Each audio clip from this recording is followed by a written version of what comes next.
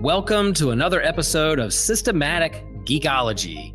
This is a space where we seek to create and cultivate healthy conversations between those things we geek out on and the philosophical and theological questions that often arise out of our fandoms.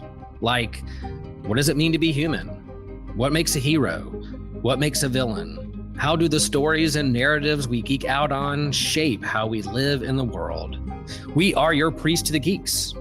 We aren't all ordained, but we see ourselves as mediators at the intersection of geek culture and going deeper in our faith. We don't always have to agree, but we do respect each other, and we see everyone as a beloved child of God.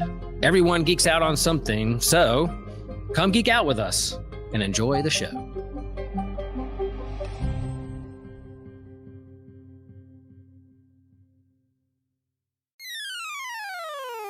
You're listening to an Anazal Ministries podcast.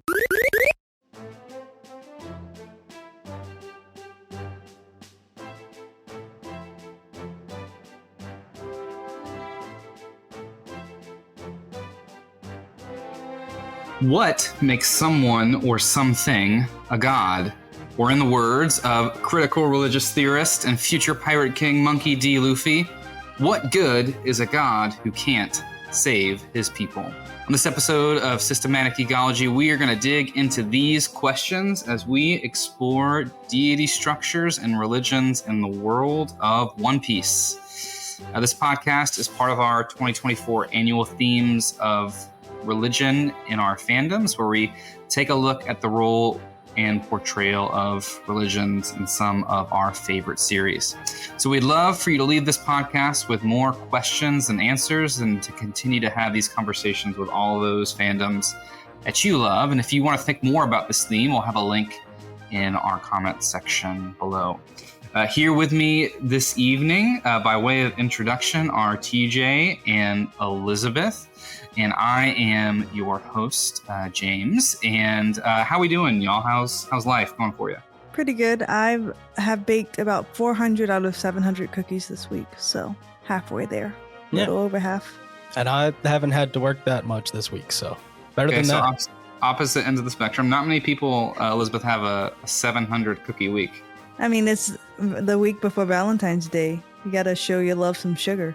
This is true. I've been very Luffy-like in my attention towards Valentine's Day this year, which is not a good sign in my first year of marriage, where I haven't even contemplated Valentine's Day. Have you made reservations yet? You should go do that. You should do that. Well, Valentine's Day this year is on Ash Wednesday for us of the liturgical end of the spectrum. So we have a hot date to remember our mortality while we get our Ash in church. Yeah, but as long as you don't eat meat on Friday, you're good. This is true. No, I think we're going to do something. We'll figure it out. Do you actually get the ashes on your forehead? I don't do all that. Yeah, we do that. Mm-hmm. Yep. Wow. Take a selfie and send it to us. Okay. Yeah, we need to do a Systematic Geekology liturgical calendar. Do it. Oh, man. So what's everyone been geeking out on lately? Anything going on for you?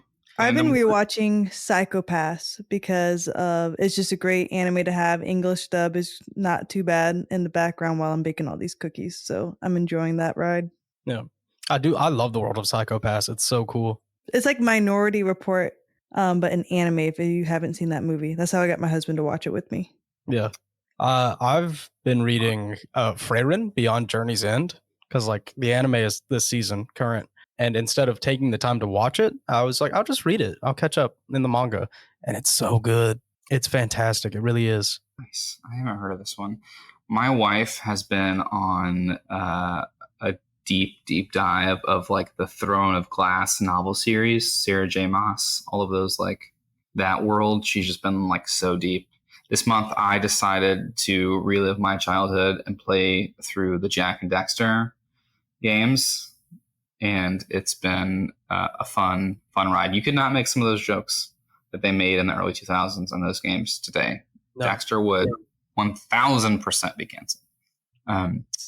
So get to know what you're getting into. If you're listening to us this far, we ask give us a rate and review if you like what you hear tonight. And we thank, as always, our supporters who subscribe to our Patreon and who are along for the ride with us. I'm going to shout out Ethan Overcash tonight. I know Ethan is a faithful listener, and I actually had a work meeting today earlier with Ethan's wife, Cassie. So, Ethan, if you're out there listening, Cassie's great, and you know that already. So, we're going to turn towards our main topic here. So, deity structures and religions in One Piece. This is one of those topics I feel like, just because of the length of One Piece, we could probably do a whole series on this as well. So we'll probably leave here wanting to talk more. But this is part of our annual theme this year. And so just thinking about the way religion is portrayed and talked about in some of our favorite series. For me, I want to do a PhD dissertation on this topic one day. I think religion has sneakily been a part of One Piece all along, or at least since the Skypiea arc. In particular, I think we're gonna talk about that a little bit later. But I'm a pastor. We're all people of faith in some way, shape, or form here at Systematic Geekology. So anytime I hear religion in a series, my ears start to perk up, and I start to think about it a little bit more. So I think. No one knows the end of One Piece besides Oda and his assistants at this point, but I think the series is poised to say something really impactful, I think, about religion by the end of by its end. So that's why I care about this, and why I think we all should perk up a little bit when we hear religion talked about in One Piece. If you don't know the world of One Piece, it revolves around one Monkey D. Luffy, who is a boy in his late teenage years, who has the aspiration to become the king of the pirates, and sets out on a journey to recruit crewmates and travel across this world to reach the final island in the Grand Line and claim a treasure of surpassing worth called the One Piece. Personally, I don't know about y'all. I'm hoping the One Piece isn't just the journey. I'm hoping there's something at the end. But I would be very upset if there is no One Piece. Oda said that. Not. Yeah. Oda said there's going to be something at the end. Yeah. So, he said there is treasure at Laugh Tale. Yeah. There had better be. So this podcast, this episode's probably going to get into some spoilers. I don't know. Elizabeth and TJ, where are y'all at in One Piece in the timeline? Are you caught up? I'm caught up mostly to the anime, but I mean I know all the spoilers. You know all the spoilers. Okay, so we're definitely probably going to talk about Luffy and Luffy's Devil Fruit and Luffy's final form or current final form this evening. You never know what's gonna be out there. So if you want to keep that to yourself, just beware.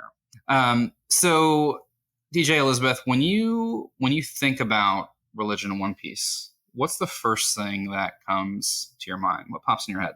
I first think of that area where the Holy Land is, where all the descendants of I can't even remember how they're the holy people, but they're literally riding slaves and whatnot, and are referred to themselves as gods. Yep. Yeah, the heavenly dragons at Marijois. Yeah, that was it. Recently for me, and I don't know who knows this, but when the topic comes up, I'm thinking about Kuma. Yeah. I think that's, if you're current with the anime, or not the anime, excuse me, with the manga right now, Kuma definitely comes to mind. And even, all along, right, since we were introduced to the character of Kuma in Thriller Bark, he showed up holding a Bible. Yeah. Had a cross on it, says, I think it says the Holy Gospel or something like that on it. And he's a natural character, I think, that comes to mind when you think about religion. Doesn't Mihawk also wear a cross, and his sword is kind of like a cross? Yeah. Mihawk didn't come first to mind for me here, but I think definitely, yeah. But when you said cross, I automatically was like, oh yeah. Yeah. See, thinking it name is Yoru. Yeah, when we think cross in One Piece, now I can't stop seeing Zoro in the full body cast in Wano. Oh no. They're just carrying him around. I thought you were gonna mention Ace's white beard tattoo across his back, and I was gonna counter by saying, yeah, he's really holy. Dum. But it's always too soon. If only Pang was making donuts instead of cookies. I could. You could. So what do we? Religion in One Piece, there isn't an obvious structure, right? So there's not like one religious system. There are a ton of religious like allusions and references, though, right? So the first thing we're probably introduced to in the series is the concept of devil fruits, which is the power system, one of the power systems in One Piece, right? You consume these mythical fruits called devil fruits, and you gain the power of a devil. However, you're cursed and can no longer swim, right? And so in a world that is majority composed of water and islands, this is a big problem. So you gain power, but you're forever cursed. So just by calling them devil fruits, a concept which has been around since you saw Luffy stretch his rubber arms for the first time, but they still have not been explained fully what they actually are, if there are actually devils, or what is going on there. Yeah, there's not a doubt in my mind that if someone came up with this idea today and it made it to Shonen Jump, there would be like, we would have already seen what hell was like and the devils that these people are stealing their powers from by eating that fruit. Right. Yeah. We've seen or heard of none of those things. And it gets complicated or it gets even more interesting because there are certain devil fruits that are named after a god. So the former fleet admiral of the Marines, right? He has a mythical devil fruit that transforms him into a giant gold Buddha. Yeah. So, but again, that might be the most on the nose, allusion in One Piece. Is like, yep, Buddha, just straight up. Yep, it's literally just Buddha. Yeah. So I think the system that sort of pervades the world, even though it's not a religion per se, is this concept of the world nobles calling themselves gods, right? The celestial, the heavenly dragons. And these folks live at the top of a continent called the Red Line, which encircles the globe. It's a thin strip, and it's high mountains, and they live up there, and they come down and wear air bubbles because they're too good to breathe our normal air, and they ride on slaves, and they think they own everything, and they call themselves gods. Yeah. So they're just descendants, right? Like that's the only thing that's special about them is their ancestry. So if anything, they would be more close to royalty. Sure, yeah, they're basically royalty. Like the story goes, like 900 years ago. It was 900 years ago. They fought some war against some unnamed country and won that war, and then crowned themselves as gods. And these are now their descendants. Yeah, I'm becoming increasingly sure that they've like tried to exterminate the Buccaneers in that war. Yeah, which is we've talked about this character Kuma. Kuma is of the Buccaneer race, which was a very new development that we even heard of that race. That's not, if you're in the anime, this has not been announced yet. Yeah, that's crazy. Because you can, at this point, I think we're going to end the series, and everyone who just shapes super weird, there's going to be a really good reason. Right, yeah. Just, do we need an explanation? Retcon, you're a different race. No. Boom, you giant Buccaneer. But the question with the Celestial Dragons for me it goes back to our opening question, who or what makes someone or something a god, right? Because these people have basically said, we fought this war, we won, we are now going to call ourselves gods. Yeah, so I think what we get a lot in One Piece is power makes one divine. Yeah. And Anel shows that really well in Skypiea. Good. And not even from Skypeans, because they hate the guy, but himself, he sees himself as a god because no one can touch him except Luffy. Really just got unlucky there. Like wildly unlucky, horribly unlucky. He could have made it to the Grand Line. Plot, TJ. Mm-hmm. It's almost like there was a plot. Yeah, it's crazy. But and that's what we see with the Heavenly Dragons too, is they call themselves gods because they got power. And they were able to exert that power over others. And even it's interesting. I feel like we're really close to being able to talk about this way more in depth. I think so. This time next year, I think we will be able to talk about this way more in depth. Yeah. Yeah. But we see like Nika and the Buddha, which has not been explained.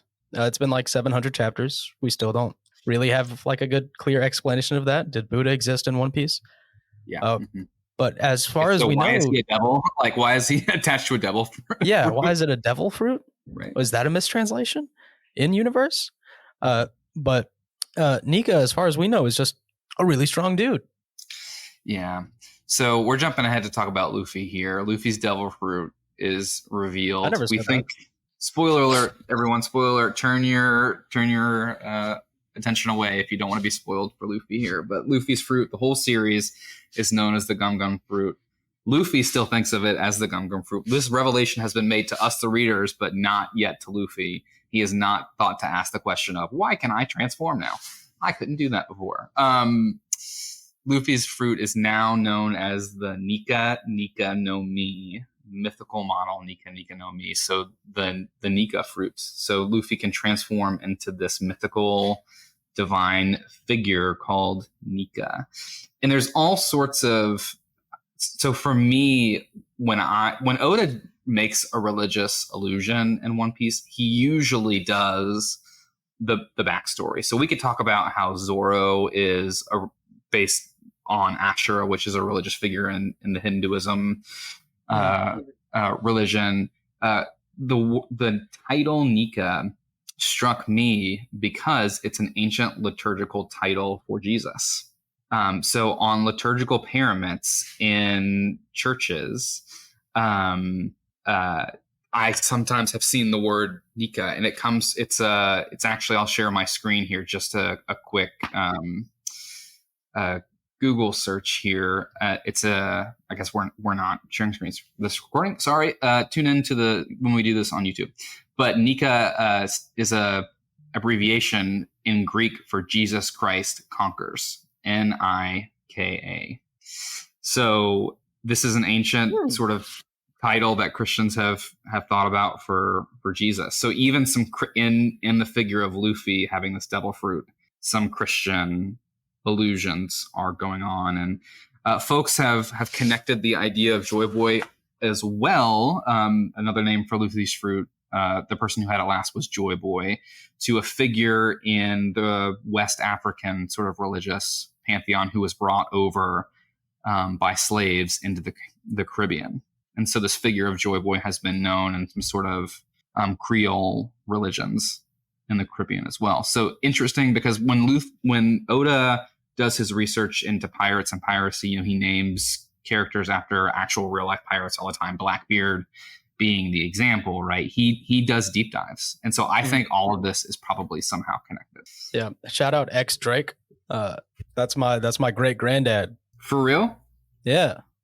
That's awesome. Dude. Yeah. You made it into One Piece and as a dinosaur. Even cooler. Yeah. Pretty sweet. Did those genes pass down to you? Yeah. Yeah. I can't show you, obviously. Too bad. Do we know what's going on with X Drake? Did he make it out of Wano?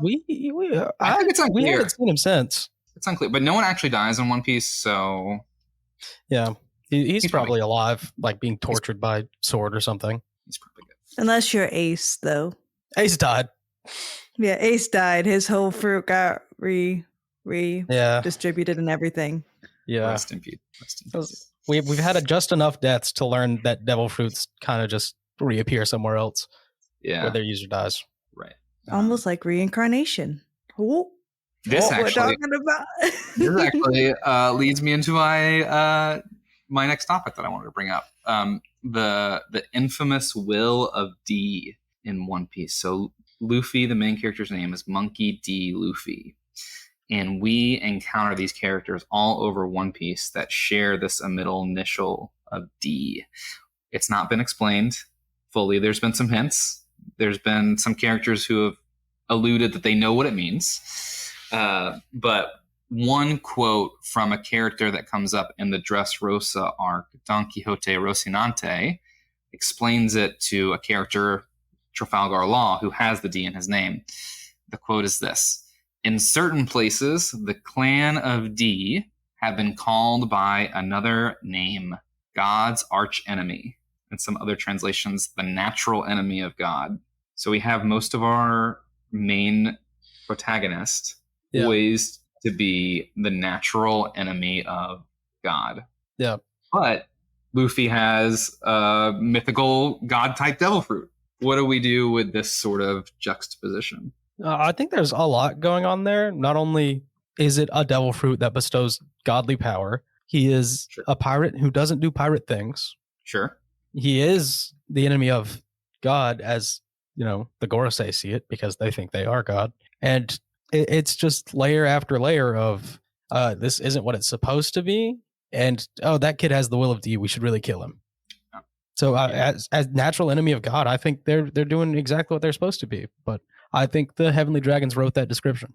Oh, for sure. Right. Again, going back to what you brought up, the Heavenly Dragons make themselves gods based on their power, right? Mm-hmm. They want to do whatever they can to reinforce their power, which means like putting a big target on their enemies' back and keeping other people down, no matter what. And that's certainly how they have operated in the world of One Piece.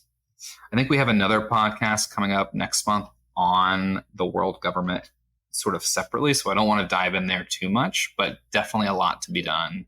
I think that's going to be one of the primarily political episodes is on One Piece and the world government. Yep. That is going to be interesting because, you know what? I'll wait. Yeah. Did you know Systematic Ecology has a YouTube channel? Now you do. And while you're there, you can see exclusive stuff like our comic book catch-up series, Manga Mustard, Drinks with Tejas, the companion series to our annual theme. You can go Friday Night Frights with me, where I go through cryptozoology, ufology, and more. You can also go to see Spidey Swing-Bys, where I'm doing every chronological appearance by release of Spider-Man from Amazing Fantasy 15 all the way to the modern age. You can also find exclusive shorts on YouTube there, as well as other bonuses for extra episodes that we do that don't end up on the podcast proper. So I want to see you over there on YouTube. So I'm guessing since they refer to themselves as God, and then because you don't really ever hear devil fruits, but no one is really like referred to as almost like a satanic figure that comes to mind. Yeah. So which one? I think like not like satanic, a true satanic. Yeah, I think the most satanic figure we've seen so far actually goes by Saint. So, yeah, the irony in One Piece is just so thick. There's so many layers of it. So yeah, because you don't have angel fruit. That's a Imagine. devil fruit. Was an angel fruit. Imagine. You don't. It's just angel fruits now. That would be so cute. Get little wings. One Piece becomes a magical girl series. Oh my gosh. Wow. Spin-off. Plot twist. 2 pieces of magical girl series. Yeah. Oh gosh. Yeah. We've only seen one of the Gorosei, the 5 elder stars, who are sort of sit at the pinnacle of the world and rule from the shadows, the world government. We've only seen one of their devil fruits. It's in the most recent or current arc of One Piece, but it is truly terrifying to behold. I don't think it's been named yet, but it certainly looks like, we've called these powers and these fruits devil fruits the whole series, and not many of them have actually been what you would think of when you would think of a devil.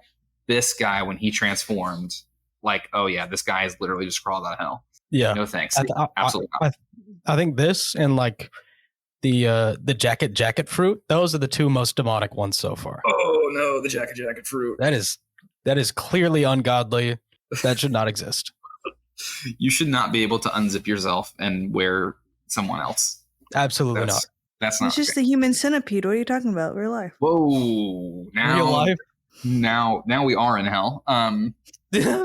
But I would. So what do you think Saint Saturn's devil fruit is going to be? Yeah, there's been some speculation that there's like these 4 like demonic figures in Japanese religion and Shinto, and they're each based off of one of those. But that's not been confirmed because they all also have like the Gorosei have all been named now, and they all have the names of Roman gods. Like, so Saturn is the Roman god of something or another. I can't remember. Yeah. See, I was kind of thinking he's going to be like Anansi or something, just because he's a big spider. He is a big spider. You're right. Actually, no, I'm mistaken. I got my wires crossed now. There's a theory that the mythical devil fruits like Kaido's dragon devil fruit are based on different Japanese sort of guardian spirits or deities. That makes sense. But That was there funny. is, and I only remember this because of Yu-Gi-Oh! So tread lightly. Yeah. But there's a giant mythical Japanese spider named Tsuchigumo, and I'm That's not sure what his myth pertains to, but I know it exists. Right. And that's probably what Saint Saturn is. I just had to guess. That makes sense. Yeah, what Oda does with religion throughout this series is he, I think, is trying to juxtapose things or concepts in a way that like gets us to think deeper about it. You know, sometimes you'll read manga or watch anime and think, oh, this is a cartoon. Like we're not thinking too deep or seriously here. But actually, I think Oda really is. I mean, think about it. This is his life's work. He's been writing a series for 25 years plus now. And I think for sure there is some commentary here, which is why I sort of wanted to begin with that quote from Luffy at the beginning. What good is a god if he can't save his people? Sorry, Luffy gendered God there for everyone, but he did. And he says that quote to Enel. Enel is the main protagonist of the Skypiea arc. He is also a person who, based on his power, has dubbed himself the Kami or the God.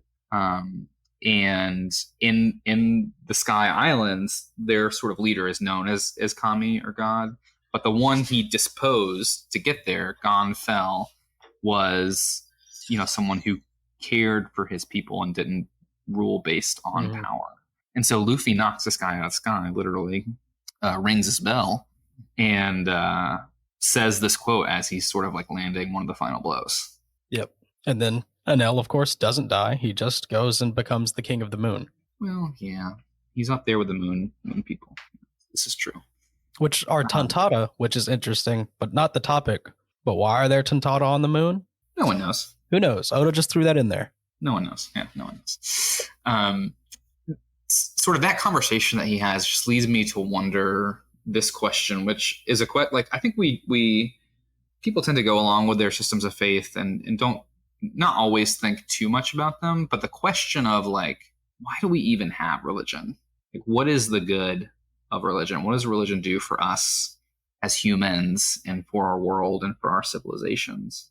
You know, as we know, religion has been used to do like great good in our world. I think we've all experienced that in our lives. But also, we've probably, in our own ways of experience, religion can be used to do some really awful, terrible things as well. And religion can be used to serve power.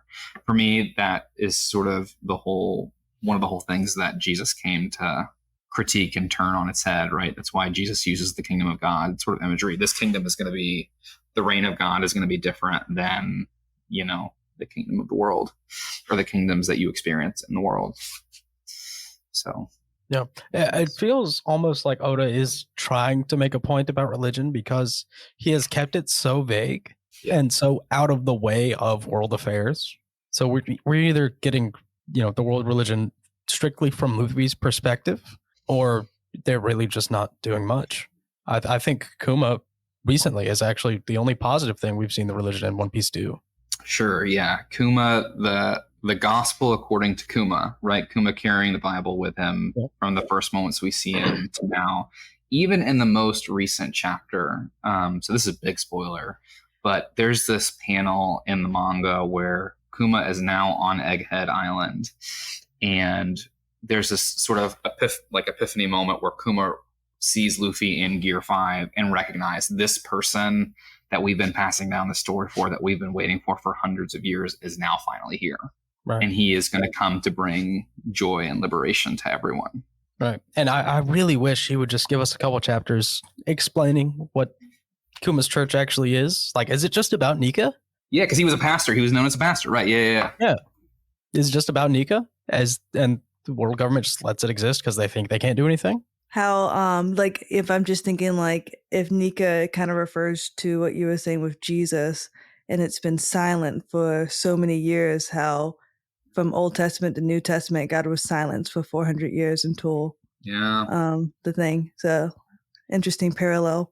And that's, you could go even deeper there, because like when Jesus showed up on the scene, like this Messiah type figure, like Joy Boy is for Kuma and the Buccaneers in this religion, sort of a Messiah type figure that they've been waiting for. But when Jesus showed up on the scene, right, he like turned all of these messianic expectations upside down. Like he came in riding a donkey and not a war horse. And like in a similar vein, like Luffy, the Joy Boy figure, is like super powerful, right? But also fun and playful and not interested in power for power's sake, right? So no matter where Luffy goes, he brings like freedom typically in his wake. Like he's going to come and like set things right for you, but he's not going to set it right because he wants to get something, but just because you're his friend. Yeah. And now, knowing now that Nika is, Jesus Christ conquers all, or conquers Rome specifically, whatever you said, which is pretty Look much it up, all back there. But that makes a lot of sense, because that's what Luffy's goal is, really. He's trying to conquer the world government because they're mistreating the world. Sure. Yeah. But he's not going about it like systematically, though. He's not like, he's just trying to get to the end of the Grand Line and claim the treasure. He's trying to, like, I think Luffy is really trying to like live life to the fullest. Like it's all about freedom and adventure for him. He wants to be free of everything. One of my favorite scenes in One Piece is when they're on Fishman Island and like Luffy and Zoro are arguing about like not wanting to be a hero, because then they have to share their food and drink with everyone else. Like they want it all they want to live life to the fullest for themselves, and just in so doing, like that seems wherever they go to make life better for everyone else. Yep. And worse for the world government. Sure. Which right. I feel like if they would just leave him alone, he would be out of their hair in no time.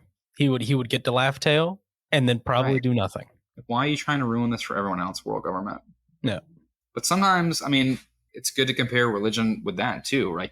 The more sort of extremist like factions of religion, whether that's Christianity or any other religion, I think has those like sectors where extremism comes in and they want to control the narrative and they want to control the power and all of that sort of stuff as well, end up causing a lot of hurt. And they're willing to go to ends that, like, sometimes I look at Christian extremists, right? Without getting too political, we'll save that for a primarily political podcast. But I look at Christians who could be considered extremists by some, and I read the gospel alongside some of what I see. And I see this both on the political left and the political right wings of Christianity, by the way. And I'm just like, but I thought this was supposed to be about loving people. Yeah. And it makes me sad. And there's for Luffy being Joy Boy, being Nika, the sun god. We haven't even said that he's the sun god specifically, bringing light right to people. There's sort of an effortlessness about it. Like it's not necessarily, the way I interpret Luffy is there's not necessarily a mission for Luffy to do it. He just does it. Yeah. Like it's just automatic and spontaneous. And it makes sense. Sun God, Nika, Jesus, son of God. How many crew members does he have right now? Let's count. Is it 12? Oh, Is it 12? If it's 12 by the end, I'm going to lose my absolute TJ, count. Oh, It's so 10 right now. technically, It's 10. technically, it's a couple thousand. Oh, Okay, technically. Well, I mean, but think about it. Jesus ended up having many followers. But disciples, so- like personal crewmates. Yeah, personal crewmate. Yeah, right now there are 11 of them. So he has 10. Oh, but Luffy's the 11th, right? Yeah, Yeah, Luffy's the okay. 11th, right? Because it's So Luffy, we'll wait. Zoro, Robin, Sanji, Jinbei, Frankie, Chopper, Brooke. Yeah. No, there's 10. Luffy's the 10th, There's but 10, yeah. technically, if we want to count Vivi, No, I don't Oh. count BV. Yeah, who is soon. also though. revealed, by the way, in the series to have the initial of D in her name. Spoiler there. As you should. But But yeah, I count the people like on the ship who's like doing life with them. Yeah, so so 9 to, I think. yeah, we thought the thing is though, like a lot of people think that's going to be like the Zodiac kind of thing, Oh, and yeah. they're only going to be 12 of them. Right. So we'll see. But like this is, so we focus a lot of our conversation on Christianity here, which is I think where we're all coming from personally. But like Buddhism and Hinduism allusions in One Piece are also very strong. I'm not as equipped to talk about those traditions, Right. for sure, but I mean, they did the whole like offering prayers after someone died, so but they never say like who they're offering prayers to, but that's Yeah. a very, like you're almost like praying for their soul, like to go on. That's a very Right. like Japanese thing to do. for sure. Yeah. And yeah, in One Piece there is some sort of notion of an afterlife, right? Because Big Mom has the soul fruit and can like rip people's souls out and bestow souls onto other things and bring them to life. We have zombies in the series. There's a lot to dig into here. Yeah. But I think just bringing us back to the question of what good is religion, or what good's a God if God can't save his people, right? Like, the good of religion is not for any one person to hold all to their own, right? Like religion, I think one of the critiques One Piece wants to make, that Oda wants to make in One Piece, is that religion shouldn't be about power, but religion should be about like bringing life and freedom to everyone. And when religion doesn't do that, it's probably sick, like in some ways, like it's probably ill in some ways, which I think all like religious reformers, this is a very general blanket statement, but all religious reformers sort of bring that same message of sometimes when we don't check ourselves, like power. You wreck yourselves. Sorry. Yeah, you wreck yourselves. Yeah, power can corrupt religion. Mm-hmm. So Luffy is Martin Luther. No. But have you seen that TikTok with the little girl? With the little girl's like, "What you learn about in school today?" She's like, "Martin Luther King." It's like, "And what did he do?" And the little girl's like, "He died for our sins." Have y'all seen that TikTok? That's hilarious TikTok. That had I'll me rolling. send it to you. I'm gonna lie about that. I played it for all my classes for MLK Day. I was like, "All right, guys, here you go." Oh no. Oh no. So, but one thing, was she talking about Luffy? Now is my question. That little girl? No, jokes. I would like to think. Mm-hmm. Why not? Any final thoughts we want to say about religion and One Piece before we end our time together this evening? No, because since we've obviously see like there's so many nations in One Piece that's represented, like island per island, and it kind of just represents so many cultures, and we've talked about this in like previous episodes. So I enjoy the fact that there's not one religion or anything made up, because it like no one's gonna believe what you believe, but like it gives to the more whimsical of the adventure and meeting new people of One Piece. Like if they just had this one like deity or one god or one like culty thing, I think it would just kind of make the storyline less fun whenever religion is brought in. I mean, think about it. There's not really that many good Christian shows. Did you know in The Chosen season 4, Jesus comes back? Spoiler. Well, I read my Bible, so I hope none of Chosen is really a spoiler for me. Spoiler. Did you already watch it? No, I haven't watched them. I just read my Bible. Okay. I've heard they're great. People love them. I was like, well, I know they're in theaters. I was like, dang, you already went to theaters and watched season 4? Committed. No. Now, as someone who has watched season 1 through 3 of Chosen, I feel like it's very well done. Yeah, I've heard incredible things. Yeah, but I'm not. I just saw the ad for season 4 and I was like, oh, I know what happens. Right. Spoiler. Man, it'd be so funny if it just got big on Twitter for no reason. You just start spoiling people what the Bible says. I'm not gonna lie. I feel it disturbing that I am physically attracted to Jesus and Chosen, and that's all I'm gonna say about that. Does not make me feel good. The Bible says he wasn't good to look at, or whatever. Yeah. He should be 4'6" and ugly. Oh no, that's what the Bible says. Our Lord TJ. That is what the Bible says. This Chosen is Thomas Aquinas endorsed poison. Ooh, Thomas Aquinas endorsed poison. Yikes. Well, we've just offended all our Catholic friends out there, so... Sorry, guys. Sorry. I said on my show, too. Sorry, y'all. Fair enough. Okay, so we're going to head towards wrapping up, but we do have an extra question that we're going to stay on for the end. So if you haven't subscribed to our Patreon and you're curious to know if our host tonight could have any of the God Devil fruits and why, you can subscribe to our Patreon and learn the answer to that burning question. So as we head out tonight, what are some other recommendations? Do you have any other things you all want to recommend or commend to our listeners this evening? I really do recommend checking out Freyrin Beyond Journey's End. It's super interesting about like basically what the end of after a D&D campaign would be like, because in D&D you've got a couple of people who are just human and they're going to die in like 70 years. But me personally, Same. I've had 3 characters who are actually immortal and will just live forever unless they get killed. And it That shows kind of is what the that's opposite like. of living forever, is dying. Well, yeah, but immortal is not invulnerable. Come on, grow up. Oh my gosh, sorry. So Freyrin kind of shows what that's like because she's a party of heroes, save the world. She's an elf.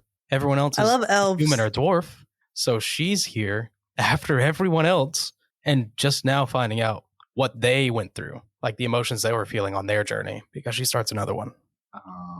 I wonder, like, do elves, do they have therapy? Do you think? Definitely not. Like, what kind of No. processing do you have to do to live forever? Anyways, I something think to they think just about. ball. They just think it out for a couple hundred years. That's nothing to them. Self-processing. Yeah, they're like, I was like, this is just but a vapor in my lifespan. It's fine. It will be over soon. This perspective. Elves have different perspective. This is true. This is true. I have recently watched, they did an anime adaptation of the work that Eiichiro Oda, creator of One Piece, did before One Piece. It's on Netflix. It's called Monsters. And it covers the story of a legendary figure in the One Piece world. So it's connected to the One Piece world. And it's just one episode of 25 minutes. And the animation is great. And it's just a fun little story. And if you have 25 minutes to spare, I would commend that to you, especially if you're into One Piece.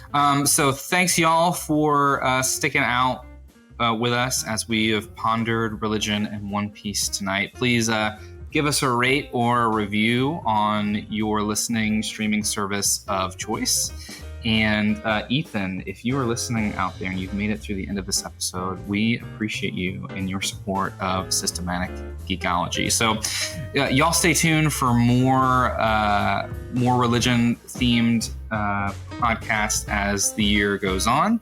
And always remember that we are all a chosen people, a geekdom of priests.